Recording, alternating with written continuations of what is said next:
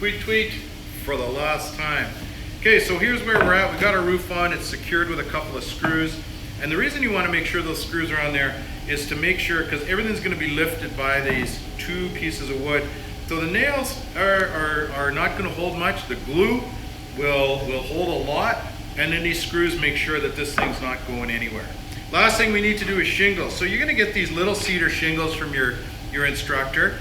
They come in a big piece, and you're just going to cut them down to, you know, a bunch of sizes that kind of look like this. And they don't have to be all the same size. In fact, you don't want them all the same size. They can be a whole lot of different. And to make them, you can snap them in half and make them smaller, make them bigger, whatever. The other thing is you also want to make sure they're about the same thickness. You don't want really thick and really thin ones, just like that. The process is pretty simple. I take my shingle. I'm going to overhang the plywood a little bit on both sides.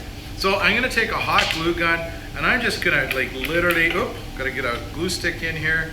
I'm going to not be shy with the glue. I'm going to use quite a bit, all right, to make sure that first row is on there good. And I just goop it on like so. And then I'm just going to line up that shingle. And I want to make sure the grain of the wood is going this way, not across like this, but the grain's going down. And I just kind of overhang a little bit. Then I go, and yeah, you got it. I now put on my next one, and I'm going to goop this one on, and I'm going to put this one on. And again, the sizes don't matter. They can be neat. You want to butt it up together as much as you can to make sure you don't have any gaps in through here. And you can see my edge isn't totally straight, but again, that's fine. That's part of the character of the whole thing. So you do the whole row across. Then what you do is the second row, what you want to make sure is you don't have the shingles go on like this, so that line lines up, because then the water comes down, it goes in this crack, and it goes right in the crack. So we want to make sure that line is offset. So you never want to make sure that you got two lines lining up.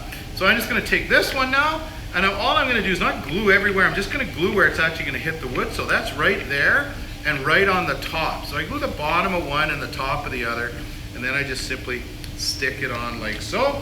And I just keep that process going. Next one, make sure my line doesn't line up. And I might want a big one.